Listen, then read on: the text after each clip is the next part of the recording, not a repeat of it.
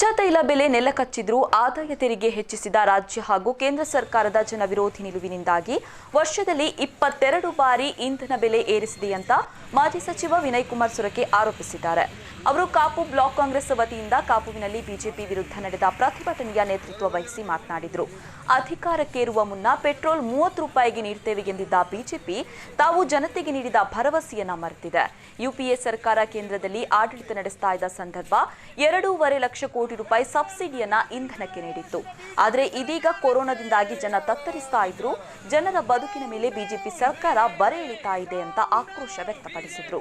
ಹಿಂದೆ ಅಧಿಕಾರಕ್ಕೆ ಬರುವಾಗ 30 ರೂಪಾಯಿಯಲ್ಲಿ ಪೆಟ್ರೋಲ್ ಡೀಸೆಲ್ ಕೊಡ್ತೇವೆ ಅನ್ನುವಂಥ ರೀತಿಯ ವಾಗ್ದಾನ ಕೊಟ್ಟಂತ ಒಂದು ಸರ್ಕಾರ ಇವತ್ತು 80 ರೂಪಾಯಿ, 82 ರೂಪಾಯಿ, 83 ರೂಪಾಯಿ ಸಾಧಾರಣ ಸತತವಾಗಿ ಒಂದು ವರ್ಷದಲ್ಲಿ 22 ಸಲ ಡೀಸೆಲ್ನ ಬೆಲೆಯನ್ನು ಮತ್ತು ಪೆಟ್ರೋಲ್ನ ಬೆಲೆಯನ್ನು ಏರಿಸುವಂಥ ಕೆಲಸ ಕಾರ್ಯವನ್ನು ನಡೆಸಿದ್ದಾರೆ.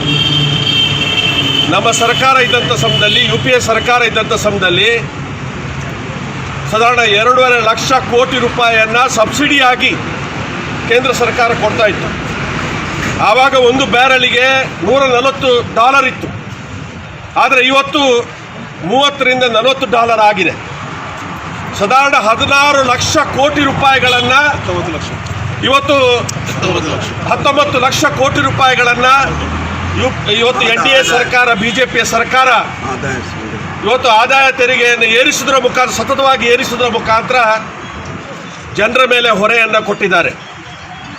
ಇವತ್ತು ಮಹಾಮಾರಿ ರೋಗ ಜಗತ್ತಿನಾದ್ಯಂತ ಒಂದು ರೀತಿಯಲ್ಲಿ ಕಂಟಕದಲ್ಲಿರುವಂಥ ಸಮಯದಲ್ಲಿ ಇವತ್ತು ಡೀಸೆಲ್ ಮತ್ತು ಪೆಟ್ರೋಲಿಗೆ ರೇಟನ್ನು ಏರಿಸುವುದರ ಮುಖಾಂತರ ಇವತ್ತು ಪುನರುಪ್ಪಿ ಜನಸಾಮಾನ್ಯರ ಮೇಲೆ ಹೊರೆಯನ್ನು ತರುವಂಥ ಪ್ರಯತ್ನವನ್ನು ಮಾಡಿದ್ದಾರೆ.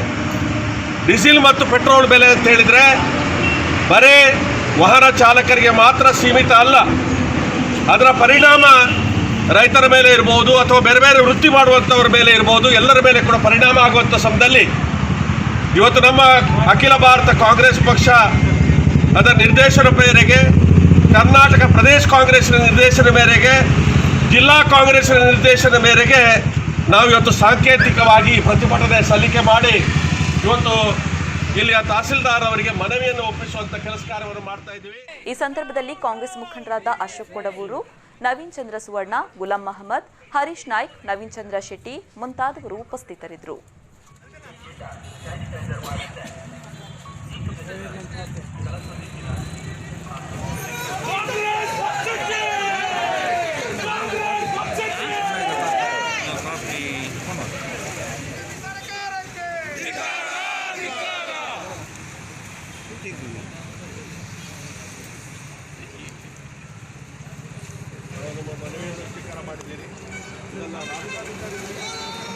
ಡೀಸೆಲ್ ಪೆಟ್ರೋಲ್ ಬೆಲೆ ಏರಿದರೂ ಮೌನ ಮುರಿಯದ ಬಿಜೆಪಿ ಜನರ